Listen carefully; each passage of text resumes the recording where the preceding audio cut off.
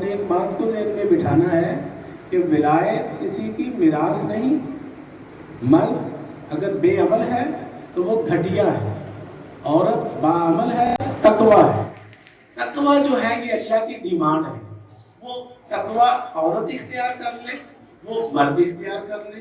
عورت اختیار کر لے گی تو وہ اعلیٰ درجے پہنچ جائے گی، مرد کر لے گا وہ اعلیٰ درجے پہنچ جائے گا.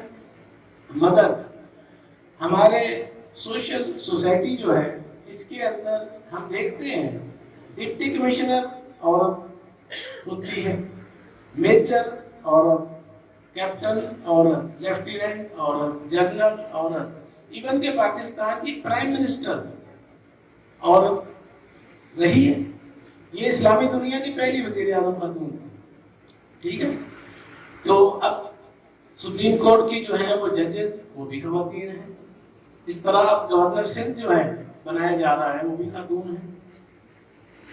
بنگلہ دیش کی وزیر اعظم خاتون، جہازوں کی پائلٹ خواتین، دفتروں کی افسران خواتین. دنیا کے ہر شعبے میں ہم کہتے ہیں کہ خاتون ایکسیپٹیبل ہے. مگر جیسے ہی بات آتی ہے ولایت کی دنیا، روحانیت کی دنیا، یہ فقر و درویشی کی دنیا، وہاں پر ہم آ کے کہتے ہیں کہ صرف مرد جو ہے وہ نمبردار ہے، وہ صرف ولی ہو سکتا ہے، عورت نہیں. خواجہ حسن بصری رحمۃ اللہ علیہ، حضرت مولا علی المرتضیٰ شیر خدا کے بعد حضرت کس کا نام آتا ہے؟ حضرت حسن بصری رحمۃ اللہ علیہ، مولا علی المرتضیٰ شیر خدا کے بعد کا نام کون ہے؟ تو حضرت حسن بصری کی ملاقاتیں، ان کی نشستیں، ان کی حضرت رابعہ بصری کے ساتھ راتیں، دن، مہینے، سال ہر سال گزرتے تھے. یہ واقعات جو ہے وہ کتابیں بھری پڑی ہیں. مگر ہمیں کیا بتایا جاتا ہے کہ عورت جو ہے وہ آدھی، کیا آدھی؟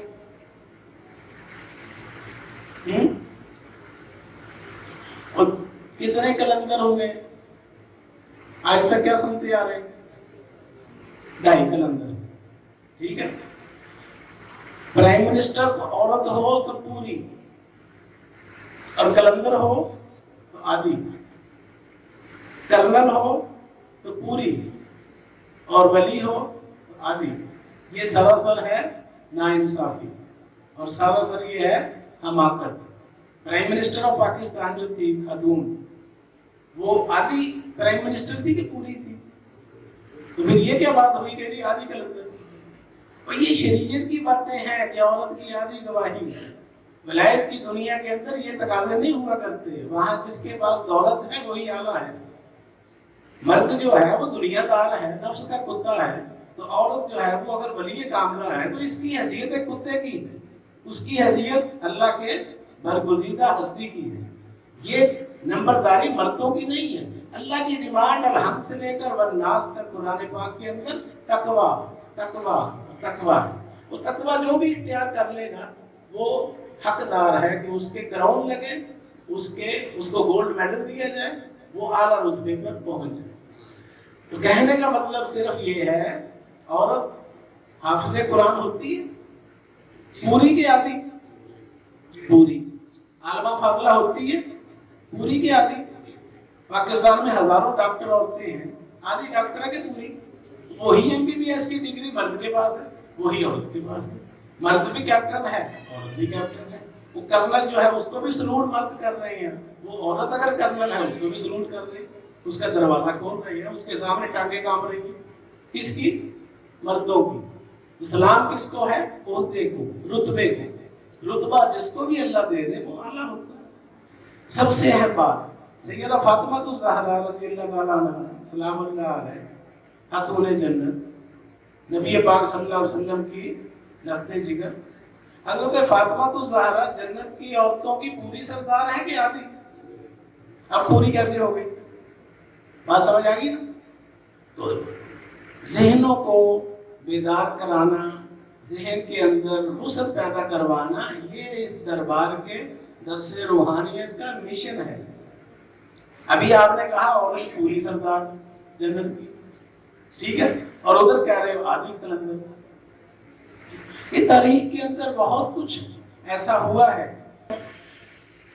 ہم نے یہ دیکھنا ہے کہ ہم مرد ہو کر ہم نے کیا کر لیا. رابعہ بصری تو ایک عورت تھی، ان کے پاس تو بڑے بڑے اولیاء اللہ حسن بصری جیسے جو خلیفہ ہیں مولا علی المرتضی شیر خدا کے، رسول پاک سے کس کو ملا علم؟ حضرت علی.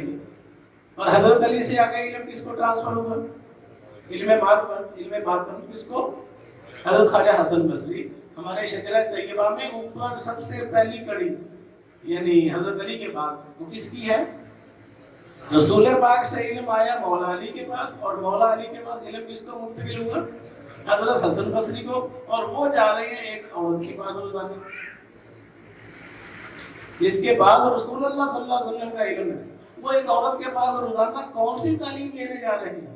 کتابیں بھری پڑی، تذکرۃ الاولیاء پڑھ کے دیکھیں اور بے شمار کتابیں. اس کا مطلب یہ ہوا کہ سمندر جو ہے اس کے پاس پیاسے نے جانا ہوتا ہے، وہ مقرر مبارکہ ہستیاں ہیں.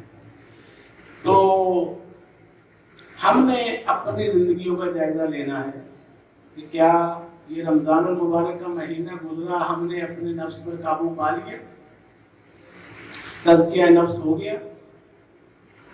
اگر ہو گیا تو پھر ولایت کس کس کو ملی ہے،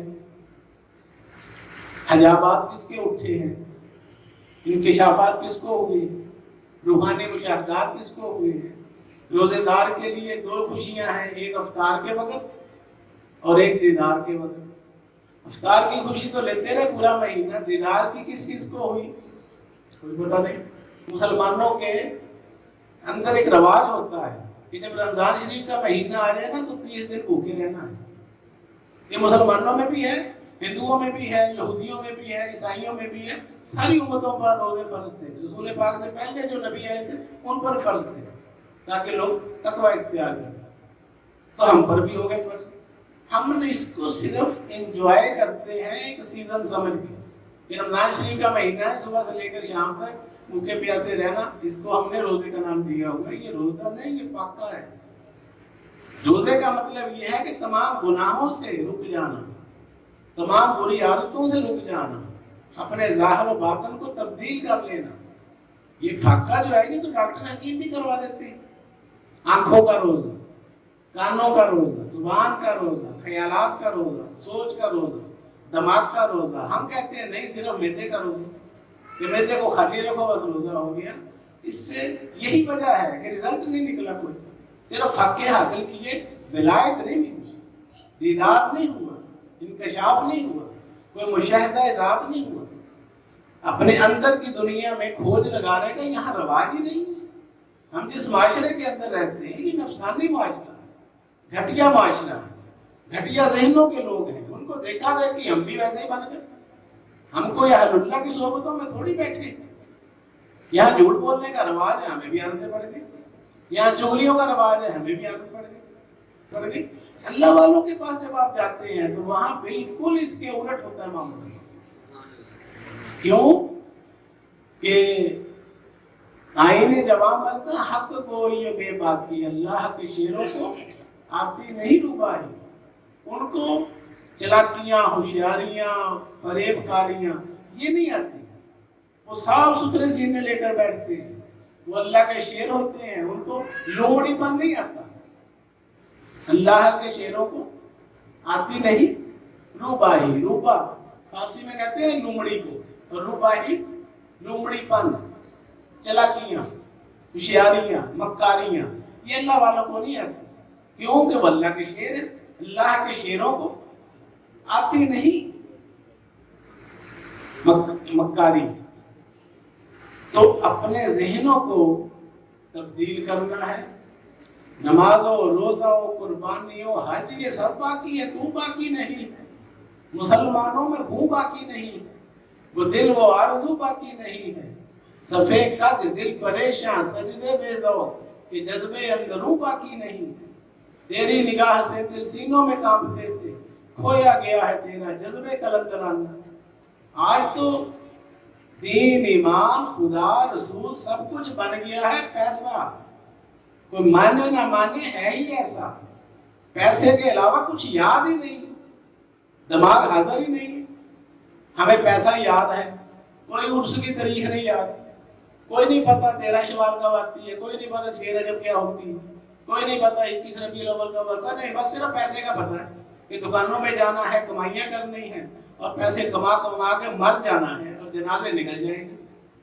روزانہ جنازے پڑھتے ہیں اور سمجھتے نہیں کہ ہم کوئی زیادہ چلاک بن گئے ہیں، ہم سے پہلے اللہ نے کروڑوں انسان بھگتائے ہوں گے، ہم سے زیادہ ہوشیار چلاک کروڑوں اربوں اس دنیا میں آئے اور اللہ نے مار کر پھر مٹی بنا دی۔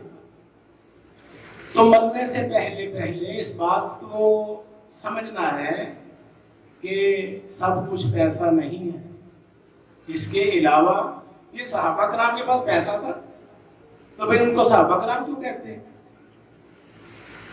نہ ان کے پاس پیسہ تھا، نہ ان کے پاس مال و دولت تھی، پھٹے پرانے کپڑوں والے، بھیڑ بکریاں چرانے والے اپنے مرشد کے پاس آ کے بیٹھے رہتے تھے، محمد رسول اللہ صلی اللہ علیہ وسلم کے پاس باتیں سنتے رہتے تھے تو درجہ صحابیت پہ پہنچ گئے۔